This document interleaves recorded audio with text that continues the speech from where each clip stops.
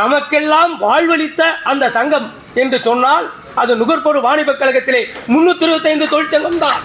பாமர மக்களுடைய வாழ்வாதாரத்தை வழிகாட்டியாக நிறுத்தி காட்டிய பெருமை திராவிட முன்னேற்ற கழகத்திற்கு உண்டு. அதை சார்ந்த இந்த தொழிலாளர் முன்னேற்ற சங்கத்திற்கு உண்டு. ஒப்புகை சீட்டு விவகாரத்தை பொறுத்தவரை ஒப்புகை சீட்டு திருத்தம் என்பது நமது பணியாளர்கள் திட்டமிட்டு பழிவாங்கப்பட்டனர். காரணம், 2021 முதல் 23 வரை மாவட்ட நிர்வாகமாக இருந்தாலும் சரி, மண்டல நிர்வாகமாக இருந்தாலும் சரி, அவர்கள் நிரந்தர பணியாளர்களோ பருவகால பணியாளர்களோ யாரையும் பொருட்படுத்தவில்லை. எங்களுக்கு தேவை 1000 மூட்டை பிடிக்கணும், அந்த 1000 மூட்டை மூவ் பண்ணுறதை பற்றி அவங்க எந்த விதமான அன்றைக்கு மாவட்ட ஆட்சியராக இருந்த தினேஷ் பொன்ராஜ் ஆலிவர் மற்றும் இங்கே இருந்த இன்றைக்கி நாகப்பட்டினத்தில் இருக்கிற முதுநிலை மண்டல மேலாளராக இருந்தாலும் சரி, அவங்க அதை பற்றி கவலையே படலை. ஆனால் அந்த இழப்பீடை எப்படி சரி பண்ணுறது? ஒவ்வொரு நபரும் 4 லட்சம் 5 லட்சம் கட்டினா, குறைஞ்சபட்சம் அதிகபட்சம் 15 லட்சம் வரைக்கும் கட்டினா. இதில் ஏற்பட்டது அந்த ஒப்புகை சீட்டு திருத்தம் தவறுதலாக நடைபெற்றது. அந்த பல 20 வருடங்களுக்கு மேலாக துப்புரவு தொழிலாளர்களுக்கு கோர்ட்டில் வழக்கு தொடுத்து அதை வெற்றியும் பெற்று விட்டாச்சு. இங்கேயும் வெற்றி பெற்றாச்சு, இது ஹைகோர்ட்லேயும் வெற்றி பெற்றாச்சு. ஆனால் நிர்வாகத்தால் இதுவரையிலும் அந்த தொழிலாளர்களுக்கு வேலை வாய்ப்பு வழங்கலை. பல தொழிலாளர்கள் இறந்துட்டாங்க. தற்போது இருக்கக்கூடிய சொற்ப தொழிலாளர்கள் காய்ச்சலும் ஒரு சொற்ப தொகையை ஒரு ஈடாக கொடுத்து அவர்களை பணி நிரந்தரம் செய்யணும். அங்கீகரிக்கப்பட்ட சங்கம் முதன்மை சங்கம் LPF. உங்களோட உட்காந்து பேசுகிற தகுதி எங்களுக்கு மட்டும்தான் இருக்குது. கடிதத்தின் வாயிலாக கோரிக்கை கொடுக்கறதுக்கும் எங்களுக்கு தான் அந்த தகுதி இருக்குது. நீ கண்காணிப்பாளர் நிலையில் இப்போ பதவி இறக்கம் மற்றும் கண்காணிப்பாளர் தங்குதல், அதில் 4 மண்டலத்தில் உள்ள மண்டல செயலாளர்கள் அந்த கீழ்நிலையில் இருக்கிறதுனால சாங்ஷன் இல்லாதனால வெளிமண்டலத்துக்கு போகிற நிலை அதை நம்ம மத்திய சங்கத்தில் தெரிவிச்சிருந்தோம். அதை முன்கூட்டி அவங்க சொல்லிட்டாங்க. 4 மண்டலத்தில் திருச்சி 1, புதுக்கோட்டை, மயிலாடுதுறை, இல்லை திருவாரூர். அதை நாங்கள் MD-ட்ட பேசிட்டோங்க. அதுக்கு நான் மத்திய சங்கத்துக்கு நன்றியை தெரிவிச்சுக்கிறேன். பொன்விழாவை எப்படி நடத்துவது என்பதை குறித்து விவாதிக்கப்படுகிறது. இதனிடையே நாம் கடந்து வந்த பாதைகளை நினைவு கொண்டு தொழிற்சங்கத்தில் சில தொய்வுகள் இருக்கலாம், ஆனால் தொழிற்சங்கமே தோய்ந்து விட்டது என்ற ஒரு எண்ணம் உங்களுக்கு வரக்கூடாது. ஆட்சிகள் வரும் போகும். நம்முடைய தொழிற்சங்க நடவடிக்கைகள் என்றுமே நிலைத்து நிற்கக்கூடியவை. வென்றிருக்கக்கூடியது அனைத்துமே திமுக தொழிற்சங்கம் தான் என்பதை நீங்கள் நினைவு கொள்ள வேண்டும். நமக்கு சில பிரச்சனைகள் இருக்கலாம். அந்த பிரச்சனைகளை நம்முடைய தோழர்கள் அனைவரும் ஒன்று கூடி பேசி தீர்க்க வேண்டும். பிரச்சனையை பெரிதாக்கி வேறுபடுத்தக்கூடாது. வேறுபடுத்தி பார்த்தால் நம்மால் இயக்கங்கள் நடத்த முடியாது. எனவே தொழிற்சங்கத்தில் இருக்கிற பிரச்சனைகளை இருக்கின்ற தலைவர்களை வைத்துதான் நீங்கள் பேசி முடிவெடுக்க வேண்டும். வேறுபட்ட எண்ணங்களையோ வேறுபட்ட கோட்பாடுகளுக்கோ உட்பட்டால் நம்மை பிரித்தாளுகின்றதுக்கு இன்றைக்கு நிறைய சங்கங்கள் உருவாகின்றன. தினந்தோறும் ஒரு சங்கம், தினந்தோறும் ஒரு கட்சி என்ற நிலை தமிழ்நாட்டிற்கு ஒரு கேவலமான நிலையை உருவாக்கி தந்துவிட்டது. இன்றைய தொழிற்சங்கங்களுடைய உறுப்பினர்கள் எண்ணிக்கையை கூட்ட வேண்டும், அதற்கான முயற்சிகளை நாம் எடுக்க வேண்டும் என்று தெரிவித்திருக்கிறார்கள். அந்த அடிப்படையிலே மயிலாடுதுறை மண்டலத்திலே சுமை தூக்கும் தொழிலாளர்கள் சேர்த்து சுமார் 1100 உறுப்பினர்கள் இருக்கிறார்கள். அதிலே கொள்முதல் தொழிலாளர்களும் இருக்கிறார்கள். நிரந்தர தொழிலாளர்கள் 400 பேர் உறுப்பினர்களாக இருக்கிறார்கள். இன்று இந்த ஜூலையிலே அவர்கள் உறுப்பினர் சந்தா பிடிப்பதற்கான தீவிர நடவடிக்கைகளை எடுத்துக்கொண்டிருக்கிறோம். அடுத்து பொன்விழா ஆண்டு குறித்து இங்கே விவரம் தெரிவித்திருக்கிறார்கள். அதிலே அந்த பொன்விழா ஆண்டு சிறப்பான முறையில் நடைபெறுவதற்கு மத்திய சங்கம் முயற்சி எடுத்திட வேண்டும். குறிப்பாக நம்முடைய திராவிட மாடல் நாயகர் மு.க. ஸ்டாலின் தலைவர் அவர்கள் தலைமையிலே அந்த மாநாட்டினடை சிறப்பாக நடத்த வேண்டும் என்று மயிலாடுதுறை மண்டலத்தின் சார்பாக கேட்டுக்கொள்கிறோம். கோரிக்கைகள் இருக்கின்றது. அது முதலாவது தற்போது பிஎஸ்எல் கட்டிடத்தில் வந்து 3 வருஷம் இயங்கிக்கிட்டு இருக்கு. பிஎஸ்எல் கட்டிடம் வந்து பார்த்திங்கன்னா 2வது தளத்தில் இருக்கனால சுமார் 60 படிக்கட்டுகள் இருக்குது. லிஃப்ட்டு கூட அவங்க வந்து நம்மளுக்கு கொடுக்கல. அந்த 60 படிக்கட்டுலையும் ஏறி இறங்க பணியாளர் ரொம்ப கஷ்டப்படுறாங்க. ஒரு மாடி ஏறணும்னா கிட்டத்தட்ட ஏறி நின்று ஒரு காமனை கழிச்சு அடுத்த மாடி ஏறுறாங்க. இவ்வளோ சூழ்நிலை இருக்குது. இதையும் நீங்கள் கருத்தில் கொண்டு ஏற்கனவே நம்ம இடிக்கப்பட்டுள்ள நமது மண்டல அலுவலகத்தில் மீண்டும் புதிய கட்டிடம் கட்டித்தர மத்திய சங்கத்தின் மூலமாக நான் கோரிக்கை வைக்கின்றேன். அடுத்தபடியாக கொள்முதல் பணியாளர்கள் 2012 உள்ள கொள்முதல் பணியாளர்கள் சுமார் 5 பேர் நிரந்தரப்படுத்தப்படாமல் இருக்கின்றார்கள். அவர்களுக்கு நிரந்தரப்படுத்தும் போது அவர்களுக்கு ஒரு வாய்ப்பினை அளித்து 2012 உள்ள கொள்முதல் பணியாளர்களை நிரந்தர செய்ய நடவடிக்கை எடுக்குமாறு மத்திய சங்கத்துக்கு நான் கோரிக்கை விடுக்கின்றேன். புதுக்கோட்டை மண்டலத்தில் நம்ம வந்து எதிர்கட்சியாக இருக்கும்போது மண்டலம் விட்டு மண்டலம் மாற்றினாங்க. அதை வந்து ஒரே மாதத்தில் வந்து அதே மண்டலத்தில் வந்து 3 தலைவர் செயலாளர் பொருளாளர் 3 பேரையும் இப்போ அதே மண்டலத்துக்கு மாற்றி கொடுத்தாங்க. அதனால் நீங்கள் ஒன்றும் கவலைப்படாதீங்க. நம்ம ஆளுங்கட்சியாக இருக்கும்போது கூட சஸ்பெண்ட் பண்ணாங்க. 25 நாளில் சஸ்பெண்ட் ஆகிறதே உடச்சி எந்த பனிஷ்மெண்ட்டும் இல்லாமல் வாங்கி கொடுத்தாங்க. அதனால் நமது மயிலாடுதுறை மண்டல செயலர் என்ன அருமை நண்பர், அதை பற்றி நீங்கள் எல்லாம் கவலைப்படாதீங்க. மத்திய சங்கம் இருக்குது, நம்மளுக்கு பாதுகாப்பு இருக்குது. மத்திய சங்கத்தில் சிறு குறைகள் சில எதுவும் இருக்கத்தான் செய்யும். அதை வந்து நம்ம நேரடியாக பேசி அதை வந்து முடிவு பண்ணிக்கணும். அதை வந்து நம்ம பொது வழியில் வந்து நம்ம நிறைய பேச வேண்டிய அவசியம் கிடையாது. ஏன்னா ஒரு கட்சியாக இருக்கட்டும், ஒரு சங்கமாக இருக்கட்டும், எதுவாக இருந்தாலும் சிறு குறைகள் இல்லாமல் எந்த சங்கமுமே நடத்த முடியாது, எந்த கட்சியுமே நடத்த முடியாது. தலைமை அலுவலகத்தில் கண்காணிப்பாளர் நிலையில் வந்து 3 ஆண்டுகளுக்கு மேலாக பணியாற்றுபவர்கள் எண்ணிக்கையை வந்து கணக்கெடுத்து கொண்டுள்ளதாக தகவல் வருகிறது. ஆனால் உதவி மேலாளர் அதற்கு மேல் உள்ள பதவிகளுக்கு மட்டும் 3 ஆண்டுகளுக்கு மேல் கணக்கெடுத்து பணி மாறுதல் வழங்கினா கூட பரவாயில்ல. ஆனால் வந்து கண்காணிப்பாளர் நிலையில் வந்து மாற்றம் ஏற்பட்டால் அந்தந்த மண்டலங்களில் உள்ள தலைவர் செயலாளர் உண்டானவர்களுக்கு மாறுதல் வரும்போது மண்டலத்தில் செயல்பாடு வந்து கொஞ்சம் குறைய வாய்ப்பு இருக்கிறது. எனவே தலைமைச் சங்கம் இதை மனதில் கணக்கில் கொண்டு நடவடிக்கை எடுக்க வேண்டுமாய் அன்புடன் கேட்டுக்கொள்கிறேன். மற்றும் பருவகால பட்டியல் எடுத்தர்கள் காவலர்கள் 10 ஆண்டுகளுக்கு மேலாக பணி நிரந்தரம் இல்லாமல் அந்தந்த மண்டலங்களில் வந்து இப்போ எல்லாருமே 10 ஆண்டு வேலை செஞ்சால் வந்து குடும்ப நிலை வந்து எல்லாத்துக்குமே கல்யாணம் ஆகி குழந்தை குட்டிகளோடு இருக்கிறாங்க. ஆனால் குடும்ப சூழ்நிலை ரொம்ப கீழ்நிலையில் உள்ளதாக எல்லோரும் வருத்தப்படுகிறார்கள். 12(3) செட்டில்மெண்ட் படி 10 ஆண்டுகளுக்கு மேல் வந்து பணிபுரிந்த பருவகால பட்டியல் எழுத்தர்கள் மற்றும் காவலர்களை உடனடியாக பாகுபாடின்றி நிரந்தர பணி பெற்றுத்தர மத்திய சங்கத்தை அன்புடன் கேட்டுக்கொள்கிறேன். நடைபெற இருப்பதாக தெரிவிக்கப்பட்டுள்ளது. மண்டல தேர்தலை நாங்கள் நடத்துவதற்கு தயாராக உள்ளோம்.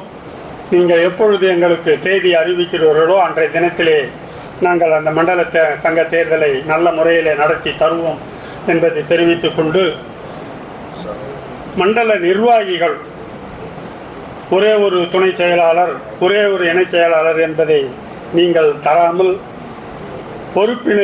பொறுப்பானவர்களுக்கு ஒரு 2-3 பொறுப்புகள் கூடுதலாக வழங்க வேண்டும்.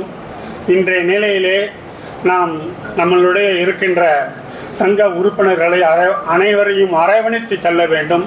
அந்த வகையிலே எங்களுக்கு கூடுதலாக பொறுப்புகளை நீங்கள் வழங்க வேண்டும் என்று இந்த தருணத்தில் கேட்டுக்கொள்கிறேன். கடந்த 10 வருடத்தில் மட்டும் நமக்கு வந்து NCCF மூலியமாக நெல் கொள்முதல் பண்ணிட்டு வராங்க.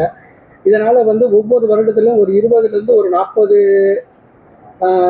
கொள்முதல் அலுவலர்கள் பணி வந்து பதவி உயர்வு கிடைக்காம போகுது. நடப்பு கொள்முதல் பருவத்தில் வந்து NCCF நிறுவனத்தால் வந்து ஒரு 400 நேரடி கொள்முதல் நிலையங்கள் திறக்கப்பட்டு 40 கொள்முதல் அலுவலர்கள் வந்து பதவி உயர்வு வந்து அவங்களுக்கு போயிடுச்சு. அதனால நம்மளுடைய அந்த சாங்ஷன் போஸ்டிங்கில் ஒரு 40 போஸ்டிங் வந்து குறைவாக பெற்றுச்சு. இனிவரும் காலங்களில் என்சிசிஎஃப் நிறுவனம் மட்டும் இல்லாமல் வேறு எந்த ஒரு நிறுவனமும் நெல் கொள்முதல் பணியை வந்து வரக்கூடாது. ஏன்னா வந்து பார்த்திங்கன்னா இந்த அனைத்து இந்தியா முழுவதும் உள்ள எல்லா மாநிலங்களையும் வந்து பார்த்திங்கன்னா இந்த தமிழ்நாடு நுகர்பொருள் வாணிப கழகத்தில் மட்டும்தான் ஒரு 8000 ஒரு 10,000 தொழிலாளர்கள் வந்து நேரடியாக தமிழ்நாடு நுகர்பொருள் வாணிப கழகத்தின் மூலமாக நெல் கொள்முதல் பண்ணுறோம். மிச்ச மாவட்டங்கள்ல மாநிலத்தங்கள் எல்லாத்துலேயுமே பார்த்தீங்கன்னா மொத்த தொழிலாளர்களே வந்து ஒரு கார்பரேஷனில் பார்த்தீங்கன்னா 300 பேர் தான் பணியாற்றுறாங்க. இந்த நெல் கொள்முதல் எல்லாமே வந்து தனியார் மையத்தினால தான் கொள்முதல் செய்யப்படுகிறது. இப்போ ஒரு என்சிசிஎஃப் நிறுவனம் வருது, அடுத்தது நாப்கோ ட்ரை பண்ணுறாங்க, நாப்கோ ட்ரை பண்ணுறாங்க, எஃப்சிஐ கூட ட்ரை பண்ணுறாங்க நெல் கொள்முதல் நிலையத்துக்கு. இத்தகைய நிலையை நேரிட்டால் தமிழ்நாடு நுகர்பொருள் வாணிப கழகத்தின் அடிப்படை வேலை வந்து பார்த்தீங்கன்னா நெல் கொள்முதல். மிச்ச ஆப்ரேஷன் சொன்னால் யார் வேணால் எடுத்துக்கலாம். நெல் கொள்முதல் விட்டுட்டோமா நமக்கு தமிழ்நாடு நுகர்பொருள் வாணிப கழகத்தில் அந்த தொழிலாளர்களுடைய எண்ணிக்கை குறைந்து கொண்டே வரும்.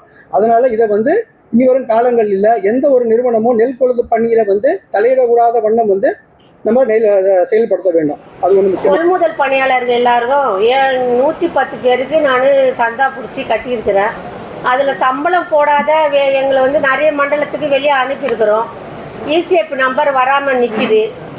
அந்த ஈஸ்வேப் வர நம்பரால் நம்ம ஒரு 25 பேர் சேர்த்து அவங்களுக்கு சம்பளம் போட முடியாததுனால அதில் வேற இது பண்ண முடியல. 170 பேர் நம்ம கையில் இருக்காங்க. ஆனால் 80 பேருக்கு தான் சந்தா பிடிக்க முடியுது. அதனால வேற்று மண்டலத்துக்கு போயிட்டோம். இன்னும் ஈஸ்வேப் நம்பர் வராமல் அந்த சூழ்நிலையிலையும் கொஞ்சம் பேர் பாதிக்கப்பட்டுக்கிறோம். அதனால் நாங்கள் வந்து இப்போ தொழிற்சங்கத்தில் இருக்கிறவங்க யாரும் இந்த சந்தா பிடிக்கிற நேரத்தில் வேறு எங்கன்னா பணியிட மாற்றம் வந்து தொழிற்சங்க நிர்வாகிகளை பண்ணால் அந்த சங்கத்தை கொஞ்சம் இது பண்ணுறதுக்கு கொஞ்சம் கஷ்டமாக இருக்கும். அதே சமயத்தில் நான் இப்போது எல்லா கொள்முதல் அலுவலகத்துக்கும் போய் வண்டி எடுத்துன்னு போயிட்டு எல்லோரையும் கேட்டுட்ருக்குறோம். நான் கண்டிப்பாக இன்றைக்கி புதுசாக நீங்கள் இன்றைக்கி திருப்பி லெட்ரு கொடுங்க, ஏற்கனவே கொடுத்தது வந்து செல்லாது, திருப்ப புதுசாக வாங்கி கொடுங்கன்னு வேறு எங்கள் இதுவில் கேட்குறாங்கன்னு இப்போ இது லிஸ்ட்டு கொடுக்கும்போது அதனால திருப்பி மறு லெட்ரு இப்போ எல்லாருக்கிட்டே வாங்கிட்டு இருக்கிறேன். இப்போ ஒரு 80 பேர்கிட்ட நான் வாங்கிட்டு வச்சுருக்கிறேன் சார். 3 மண்டலத்துக்கு போயிட்டதுனால எங்கள் ரீஜன்லேருந்து நம்ம வந்து யாரையும் இது அணுக முடியல. இங்கே இருக்கிறவங்கள நான் எல்லாரையும் என்னுடைய சார்பாக நிறைய பேர் நம்ம யூனியனில் தான் நிறைய பேர் இருக்காங்க. அதையும் சொல்லிக்கொண்டு இந்த மாற்றம் வந்து கொஞ்சம் பணியிட மாற்றம் எதுனா இருக்கும் பட்சத்தில் தொழிற்சங்க நிர்வாகிகளை கொஞ்சம் நாளைக்கு கொஞ்சம் நிறுத்தி வைக்குமாறு கேட்டுக்கொள்கிறேன். நன்றி, வணக்கம். 24ஆம் ஆண்டு பணியின் போது இறந்த நமது சங்க பணியாளர்கள் 2 பேருக்கு 2026 2 வருடங்கள் தாண்டியும் இன்னும் கருணை அடிப்படையான வேலை இன்னும் வழங்கப்படவில்லை. கருணை அடிப்படை வேலைங்கிறது என் குடும்பத்தை கீழ்மட்டத்தில் இருந்து பாதுகாத்து கொண்டு வர்றது தான். 2 குடும்பமே சின்ன சின்ன கைப்பிள்ளைகளை வச்சுக்கிற குடும்பம். அதை வந்து பெரிய மனசு பண்ணி நம்ம மத்திய சங்க நிர்வாகிகள் பார்த்து அந்த அவங்களுடைய மனைவிக்கு தான் வேலை எதிர்பார்க்குறாங்க. அந்த குடும்பத்தை காப்பாற்றணும்னா வேறு வழி இல்லை. 2 பேருக்கும் உடனடியாக தீவிர முயற்சி செஞ்சு 2 குடும்பத்துக்கும் கருணை அடிப்படையான வேலை வாங்கி கொடுக்கணும். 3லேருந்து பருவகால பணியாளர் இன்னும் நிரந்தரம் பண்ணாமலே இருக்காங்க. கிட்டத்தட்ட 3 வருஷத்தில் ரிட்டைர்மெண்ட் ஸ்டேட்டில் இருக்காங்க. அவங்களுக்கு நம்ம ஆட்சியில் தான் பண்ண முடியல. எதிர்கட்சியாக இருக்கும்போது நம்ம தான் பண்ணி கொடுக்கணும். அவங்களுக்கு வேறு யாரும் பண்ண முடியாத, அதை நம்ம தான் சில போராட்டங்களை பண்ணி கொடுக்கணும் அப்படின்னு கேட்டுக்கிறேன். சொல்கிறேண்ணே, நீங்கள் சொன்ன நான் ஒன்று சொல்கிறேன். பலண்ணே, சங்கத்தின் பொன் விழா கூட்டத்துக்கு நாமக்கல் மண்டலத்திலிருந்து 40 பணியாளர்களை அழைத்து வருவோம் என்பதை தெரிவித்துக் கொள்கிறேன். அப்புறம் சங்க மண்டல தேர்தல், சங்கத்துக்கு மண்டல தேர்தல் வந்து இந்த வருஷம் சந்தா பிடிக்கும் போதே பிடிச்சி ஒரு 2 மாதத்துக்குள்ளே சங்க தேர்தல் நடத்திடணும். காலதாமதம் சங்கத்தை மண்டல தேர்தல் நடத்தணும். அதே மாதிரி சங்க தேர்தலில் வந்து இப்போ வர 2028க்குள்ளே கழகத்தில் வந்து கிட்டத்தட்ட 1500 பேர் வந்து ரிட்டைர்மெண்ட் ஆக போகிறாங்க. அதனால் இப்போது அடுத்து இன்னும் ஒரு 10 வருஷம் இந்த சங்கத்தை நடத்தணும். இப்போ இருக்கிற காலமும் வந்து ரொம்ப ரொம்ப இக்கட்டான ஒரு காலத்தில் சங்கம் நடந்துட்டு இருக்குது. இப்போ எதிர்கட்சி ஆகிட்டோம், இதுக்கு முன்னாடி ஆளுங்கட்சியாக இப்போ எதிர்கட்சி ஆகிட்டோம். இனி அடுத்து ஒரு 10 வருஷம் நடத்தணும். நிறைய ரிட்டைர்மெண்ட் இருக்குது. அதனால் இனிமேல் வரவங்களுக்கு வந்து புதியவங்களுக்கும் இளைஞர்களுக்கும் வழிவிடணும். அதனால் பணிகள் இருக்கவங்களுக்கு வந்து இந்த சங்கத்தில் வந்து இப்போ அவங்க தான் சங்க மண்டல தேர்தலில் வந்து பணி வாய்ப்பளிக்கணும்னு சொல்லி கேட்டுக்கிறோம். நாமக்கல் மண்டலம் சார்பாக என்சிசினால தான் போங்க. அண்ணன் சொன்ன மாதிரி இப்போ கிறிஸ்டி மட்டும் இல்லை, என்சிசினால தான் நிர்வாகம் கெட்டு போகுது. இந்த 27,000 கோடி கடன் வந்ததுக்கு காரணமாக என்சிசி தான். என்சிசி அண்டர்ஸ்டாண்டிங் நம்ம தொழிலாளியே இன்னும் ஒரு 20 பேர் கிட்ட இருக்காங்க. இந்த 20 பேரையும் காவந்து போடணும். ஏன்னா நம்மளும் அவங்களும் ஒரு வருஷம் வந்து நம்மளுக்கு முடிஞ்சிடும். நம்மளுக்கு பேசுறீங்க, எங்களுக்கு செஞ்சு கொடுக்கன்னு தான் சொல்கிறோம். நம்ம 6 மாசமா கட்டிட்டு கோரிக்கை வைக்கிறோம். ஃபைல் கட்டி எடுக்குன்னு இருக்காங்க. பாசம் அந்த பசங்கள்லாம் ரொம்ப சிரமப்படுறாங்க. அவங்களாம் என்ன பண்ணுறதுன்னு தெரியாமல் இருக்கிறாங்க. அவங்களால மெம்பரும் பிடிக்க முடியல. அவ்வளோ சிரமம் இருக்குது எங்களுக்கு. போய்ட்டு நீங்கள் கூட்டத்துக்கு எவ்வளோ பேர் வர சொல்கிறீங்களோ அவ்வளோ பேர் கழிச்சு வரோம். உறுப்பினர் சேர்க்கையில் வந்து தூத்துக்குடி மண்டலம் என்னைக்குமே முதன்மை சங்கம் தான். அதில் எந்த மாற்று கருத்தும் கிடையாது. அதனால் இந்த தடவையும் எங்களுக்கு பார்த்தீங்கன்னா நாங்கள் தூத்துக்குடி மண்டலத்துலேருந்து நிறைய பேர் வந்து வெளியாகி போயிருக்காங்க. நிறைய ரிட்டையர்மெண்ட் எங்களுக்கு ரொம்ப அதிகம். ஆள் பற்றாக்குறை வந்து ரொம்ப மோசமாக இருக்குது. இப்போ டிபிசி எங்களுக்கு தூத்துக்குடி மண்டலத்துக்கு 30 டிபிசி இயங்கக்கூடிய சூழல் இருக்குது. அதனால் என்ன செய்கிறாங்கன்னா தூத்துக்குடியில் அசிஸ்டண்ட்டு ஜூனியர் அசிஸ்டண்ட்டு எல்லாருமே பணிக்காக போட்டதுனால எல்லாருமே பணிச்சுமை ரொம்ப அதிகமாக இருக்குது. அதனால் பணியாளர்களுக்குள்ளே நாங்கள் அந்த வேலைகள் எங்களால் வாங்க முடியாத சூழ்நிலை ரொம்ப மோசமான சூழலில் தூத்துக்குடி மண்டலம் இருக்குது. எனவே தயவுசெய்து மத்திய சங்க நிர்வாகம் அந்த காலி பணிகளை நிரப்ப ஆவணம் செய்யுமாறு தூத்துக்குடி மண்டல சபையில் கேட்டுக்கொள்கிறேன். இந்த சீசனல் ஸ்டாஃப் வந்து 12(3) செட்டில்மெண்ட் படி பர்மனெண்ட் செய்யணுங்கிறது முதல் கோரிக்கை. ரெண்டாவது வந்து கிருஷ்ணகிரி மண்டலத்தில் வந்து 40 கடை இருக்குது. 40 கடையில் பார்த்தீங்கன்னா 3 கடை ஒருத்தன் பார்க்குறான். அந்த 3 கடை பார்க்குறவங்களையும் பார்த்தீங்கன்னா நிறைய பேர் ஹார்ட் ப்ராப்ளம் உள்ளவன். வேலைப்படம் அதிகமாக இருக்குது. இதெல்லாம் வந்து இந்த வேக்கண்ட்டை வந்து ஃபில்லப் பண்ணுறதுக்கு நம்ம சங்கம் வந்து முயற்சி எடுக்கணும். அப்புறம் அந்த கேஷுவல் லேபரு கேஸ் வந்து 9 பேருக்கு தொடர்ந்து நடந்துகிட்டு இருக்கு. அதில் வந்து ஒரு 2-3 பேர் இறந்துட்டாங்க. இப்போ ஃபைனல் ஸ்டேஜில் இருக்குது. அதை கொஞ்சம் வந்து நமது மத்திய சங்கம் வந்து முயற்சி எடுத்து அதை முடிக்கணும். நமது சங்கத்திற்கென்று யூடியூப் சேனல் துவங்கப்பட்டு நடைமுறையில் இருந்து வருகிறது. அது தொடர்பாக சில கருத்துக்களை உங்களுடைய தெளிவாக எடுத்துரைப்பார்.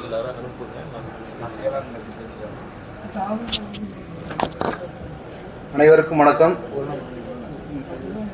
இப்போ சமூக வலைதளத்தில் தான் இப்போ சமூக வலைதளத்தை நம்பி தான் இப்போ ஒரு ஆட்சியே பிடிச்சிருக்காங்க. அந்த மாதிரி நம்ம சங்கம் வந்து எவ்வளோ சாதனைகளை செஞ்சுருக்காங்க. அதை வந்து இப்போ இந்த மாதிரி செயற்குழு கூட்டம் பொதுக்குழு கூட்டத்தில் தான் தெரிய வருது. இந்த மாதிரி அவங்க சொல்கிறதுனால தான் தெரிய வருது. இதை வந்து நம்ம சமூக வலைதளம் மூலம் நம்ம யூடியூப் தொடங்கியிருக்கோம். ஏற்கனவே ஒரு நம்ம பொதுக்கூட்டம் இது செயற்குழு மன்னார்குடியில் செயற்குழு கூட்டம் போட்டோம். அதில் தான் முன்னாள் அமைச்சர் வந்து டிஆர்பி ராஜா வந்து அவங்களும் நம்ம பேரவை செயலாளர் அவங்களும் அதை திறந்து வச்சாங்க. அதில் திறந்து வச்சு அதை இன்னும் நான் கண்டினியூவாக அதை பண்ணிக்கிட்டு இருக்கேன். ஒவ்வொரு இடத்துலையும் இப்போ சங்க நிகழ்ச்சிகளை வந்து இப்போ வீடியோ எடுத்து அதை நான் எடிட் பண்ணாலும் ஒரு நைட்டில் உட்காந்து எடிட் பண்ணாலே காலையில் விடிஞ்சிட்டு தெரிய மாட்டேங்குது. ஏன்னா அவ்வளோ ஒவ்வொன்றையும் நம்ம ஓட விட்டு அதை எதில் தவறு இருக்குது அப்படிங்கிறத நம்ம கட் பண்ணி அதை நிறையா பின்னாடி பேக்ரவுண்டு மியூசிக்கெல்லாம் சேர்த்து நம்ம டெம்ப்ளேட்லாம் போட்டு அதெல்லாம் நிறையா பண்ணிகிட்ருக்கோம். இது எல்லாருமே இப்போ நான் நிறையா நம்ம குரூப்லேயே இதை இப்போ லிங்க் அனுப்பியிருக்கேன். அனுப்பி சப்ஸ்கிரைப் பண்ணுங்கள் அப்படி சொல்லியிருக்கேன். அதில் யாருமே கண்டுக்க மாட்டேங்கிறாங்க. அதை அப்படியே கடந்து போயிடுறாங்க.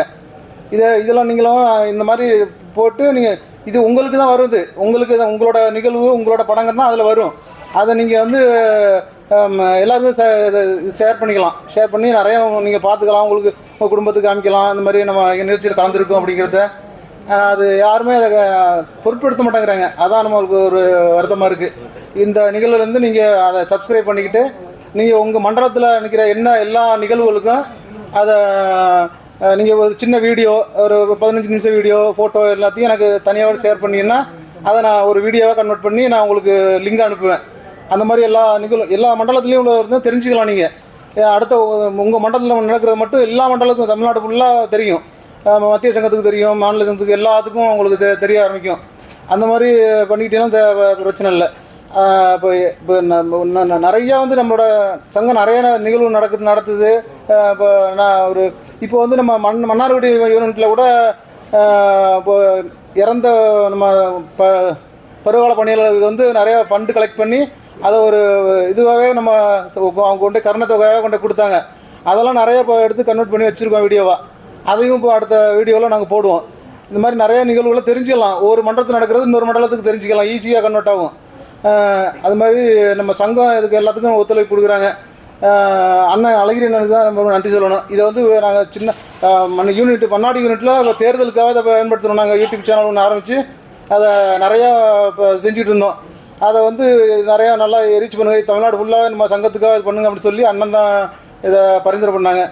அண்ணனுக்கு ரொம்ப நன்றி. இதை மேலும் இந்த சங்கத்துக்கு நான் உழைப்பேன்ட்டு இதை கேட்டுக்கொள்கிறேன். தாழ்மையுடன் சொல்லிக்கிறேன் உங்கள்கிட்ட. ரொம்ப நன்றி.